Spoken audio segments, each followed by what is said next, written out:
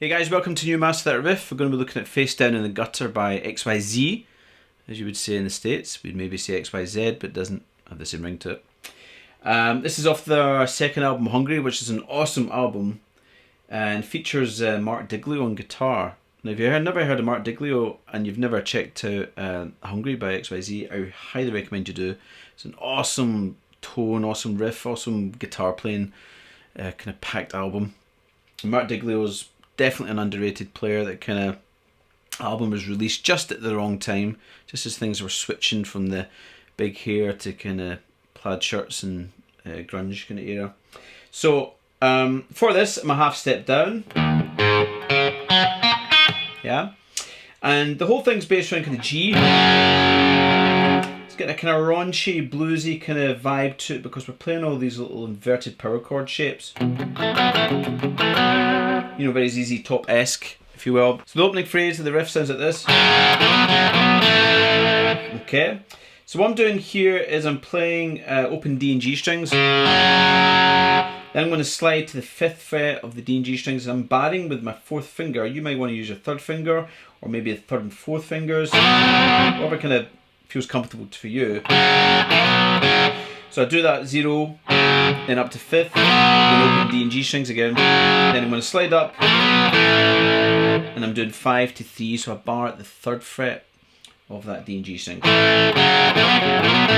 So you're kind of doing basically kind of C to B flat power chords.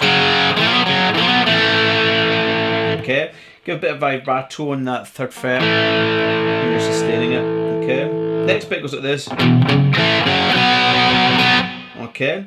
So what I'm going to do here is I'm barring the 3rd fret of the A and D strings now with the 1st finger, and I've got a bit of a palm mute here.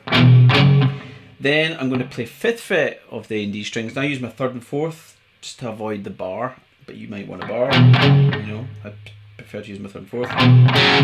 And then we have. So what I'm doing is I'm doing 3-0 in the D and G strings.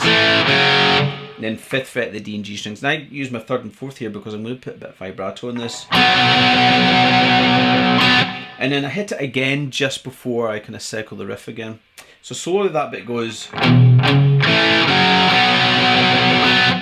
Okay, together with the first bit.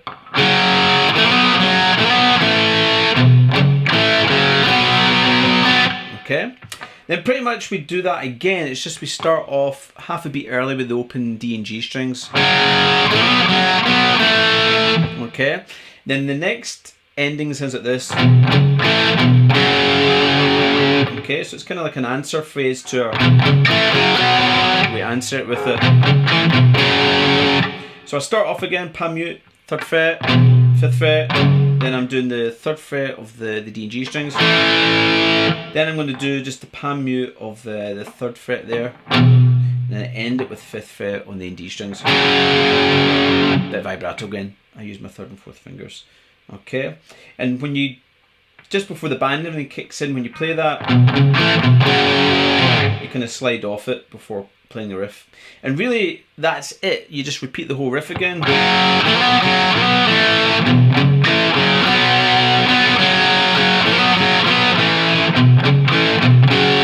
have this little ending. It sounds like that. So this is what you play after the second one of those. My 1st finger is going to bar the top 2 strings at the 3rd fret, so the B and E strings. And then my thumb is going to play 3-0 on the E string, but hit twice. So you get that kind of rhythm. And then I play a G power chord. Like that. So I'm at the 3rd fret of that E string.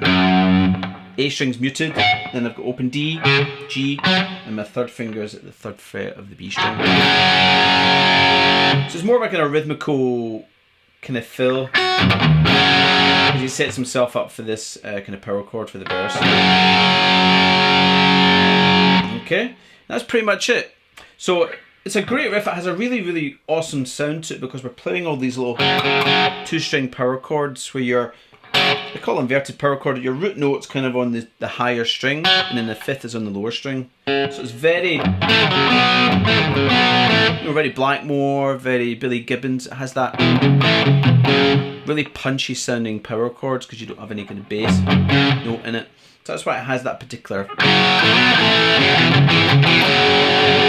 of tone, and really adds that real biting kind of rock vibe of the song. As usual, if you're not subscribed, first time seeing Master the Guitar, please subscribe, hit the notification bell so you know when I'm uploading videos. Also make sure to check out Master the Guitar on Facebook and Twitter and Instagram, where there's some extra stuff that I put up there that you won't see on YouTube. And if you want the Helix patch for this lesson, the tone that I created, or you want the tab in Guitar Pro, or if you want a slightly more in-depth lesson where I'm actually looking at the intro solo that gets played in this song, check out Master the Guitar on Patreon. There's different tiers there and different perks and bonuses if you're a patron of Master the Guitar, so please check it out. So thanks for watching, and of course, as usual, have fun.